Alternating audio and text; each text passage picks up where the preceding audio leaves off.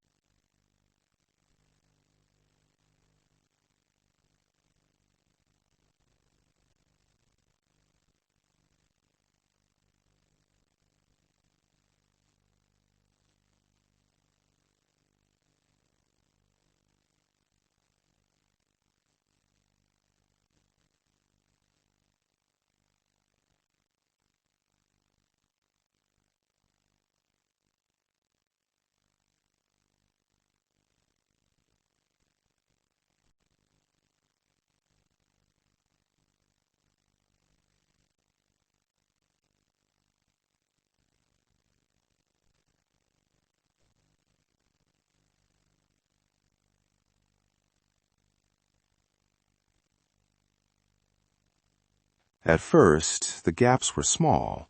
Mrs. Tully's lemon cake came out flatter than usual because she forgot the baking powder. A fisherman misremembered which buoy marked the western shoal. People laughed. Old age, they said, or storm fog. And then they noticed the pattern. After high tide nights, names slipped away. Anniversaries blinked like a faulty bulb. Recipes that had lived on tongues for generations arrived like strangers. I woke up and couldn't place the tune my mother used to hum, a neighbor told Mara, voice hollow. I can sing every word, but I don't know why it feels like home. Then a teenager came back from the water. Wet hair, sandy knees, eyes too bright. The town had been searching for him all night. He stumbled up the beach and looked around like a tourist. People ran to him, relieved, then noticed his hands. He kept patting his pockets as if something should be there. He could remember the name of his dog, but not the face of the dog. Remembered laughter, but it was missing the reason. Mara found a chipped plastic toy tangled in kelp, the same toy he'd had as a child, but when she showed it, he looked at it like it belonged to someone else. Does it matter? She heard herself say. The boy shrugged. I don't know, he said, and then he couldn't remember whether he liked jelly or jam. Section 2. The pattern grew. The tide kept collecting particulars. Wedding dates blurred from calendars. A policeman who had been married 40 years forgot his wife's name during breakfast. He sat with his tea and asked Mara if the name would come back to him, like a tide returning a shell. People began to keep lists. Notes, jars with labels, names on boards in kitchen windows. They turned memory into inventory, as if they could force the sea to balance the books properly. I started saving things, Mara says. I wrote names on slips of paper and sealed them in jars. Birthdays, recipes, small things that make a person. We left the jars on the highest shelf. I told myself it was superstition, but it felt like work. Important work. One night, after a full moon rolled the tide higher than anyone could remember, the jars rattled. People woke with the taste of seawater in their mouths and the sound of distant knocking in their bones. Mr. Delaney, the town's oldest resident, stopped calling his late wife by name. He referred to her as the woman from the house, and the sentence cut like sea glass. Mara's jar of names, her own handwriting on small slips, felt lighter when she opened it. A slip was missing. She couldn't say which name had gone until she tried and found the shape of the syllables gone from her mouth. This was the moment the town stopped pretending the tide only took things that could be washed ashore. The ocean was taking memory itself, and the returns were messy. Some people found small, merciful replacements. Another recipe tasted acceptable. A faded photograph took the place of a face. Others were left with blank places in conversation, as if their lives had thin pages torn out and burned. Mara decided to test it. She wrote one meaning of her life on a slip. Her sister's name, the one she visited as a child, the smell of lemon soap. She put the paper into a jar and walked it to the high tide line. If the tide will take it, she told herself, let it. If it takes nothing, then maybe we can live with the forgetting. She left the jar near the surf and watched as the water touched it like a finger. When Mara woke the next morning, part of the jar was gone. Not the glass, just the paper. She couldn't remember the middle syllable of her sister's name. Her chest tightened with a physical ache she couldn't name. That was the turning point. This was no longer about curiosity. This was about deciding whether to follow what the tide wanted or stand in the town and refuse to give it up. Section 3. The Choice at Sea and the Cost. Mara borrowed a small boat, patched the oars, and rowed past the markers where the water goes dark.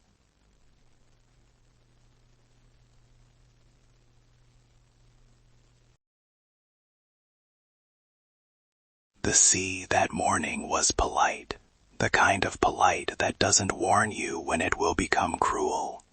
Voices came with the swell, faint at first, a name you almost remember, a laugh that doesn't fit a memory, like echoes in hollow shells.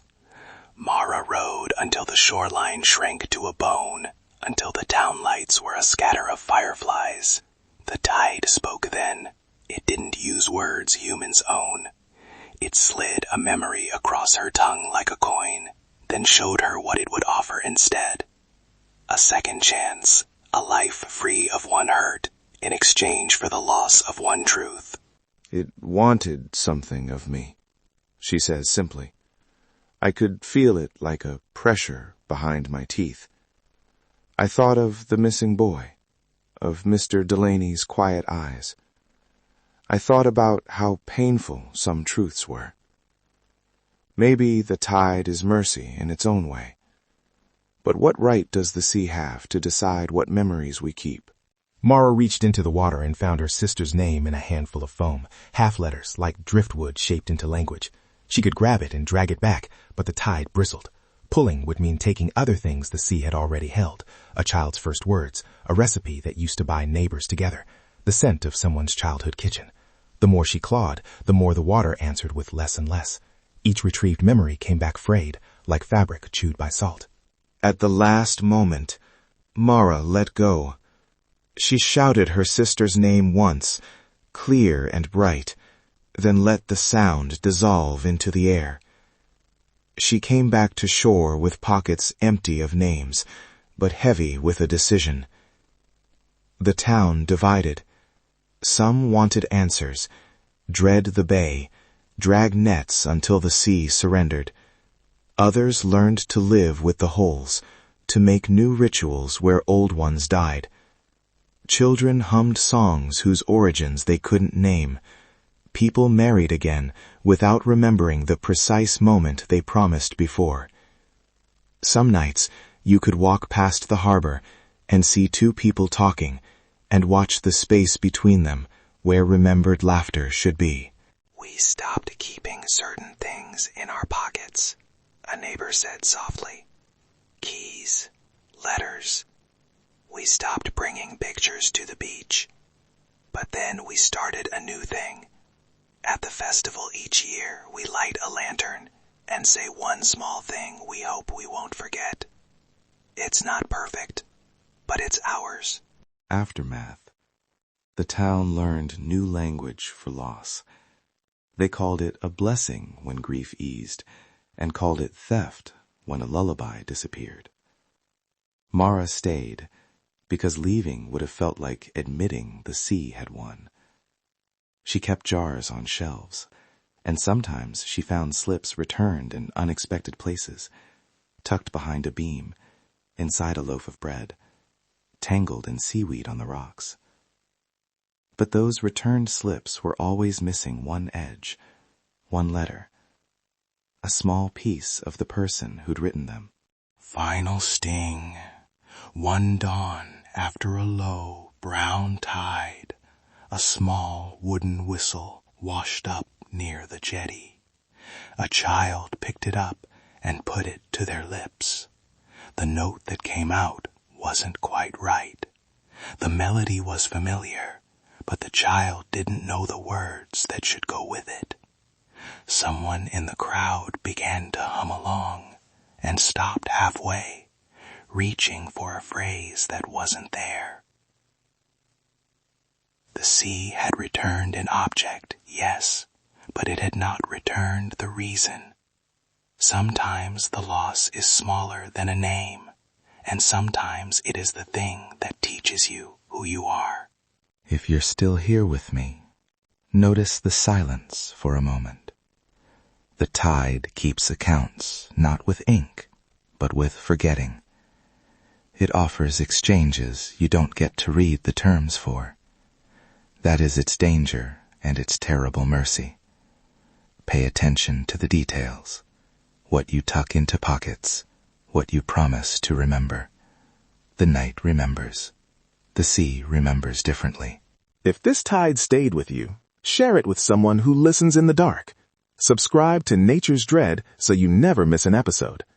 Tell us, what would you leave on the shoreline to see if the sea would return it? Send your thoughts to our socials and keep the conversation going. If you're still here, it means the story followed you all the way to the end. Take a breath. Look around your room. Make sure everything is exactly where you left it. I'm Samnang. If this tide stayed with you, share it with someone who listens in the dark. Until next time, check the corners, keep your eyes open, and your lights, maybe not too bright. Good night.